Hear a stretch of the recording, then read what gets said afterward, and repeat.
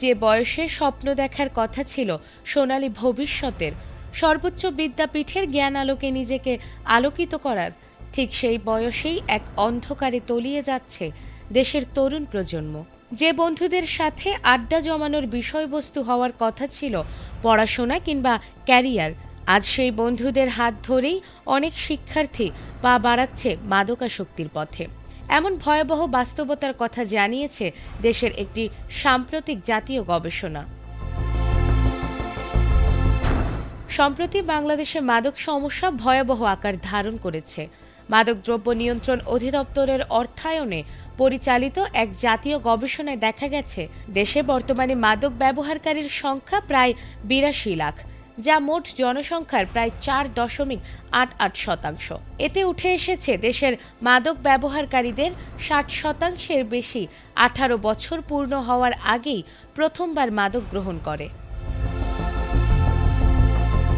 গবেষণাটি যৌথভাবে পরিচালনা করেছে বাংলাদেশ মেডিকেল বিশ্ববিদ্যালয় এবং research and management consultant limited. এই গবেষণাটি করা হয়েছে দেশের ৮ বিভাগের ১৩টি জেলা ও ২৬টি উপজেলা থেকে ৫,২৮০ জনের তথ্য সংগ্রহ করে।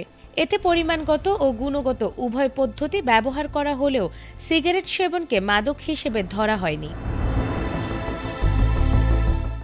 গবেষণায় উঠে এসেছে, মাদক গ্রহণের প্রধান কারণ বন্ধুদের প্রভাব, পাশাপাশি কৌতূহল, পারিবারিক অশান্তি ও মানসিক চাপও বড় ভূমিকা রাখছে।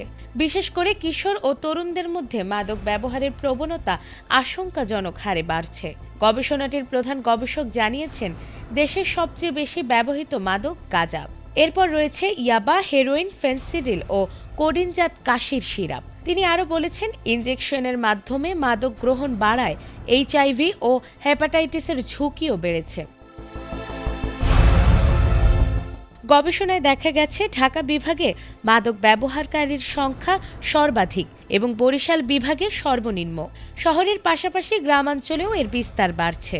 বিশ্লেষকরা বলছেন, মাদক সমস্যা শুধু আইন শৃঙ্খলার নয়, বরং এটি বড় জনস্বাস্থ্য সমস্যা।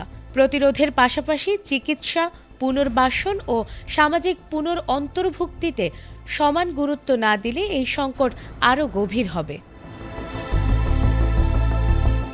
নাজমুন নাহার জান্নাত, ATN বাংলা।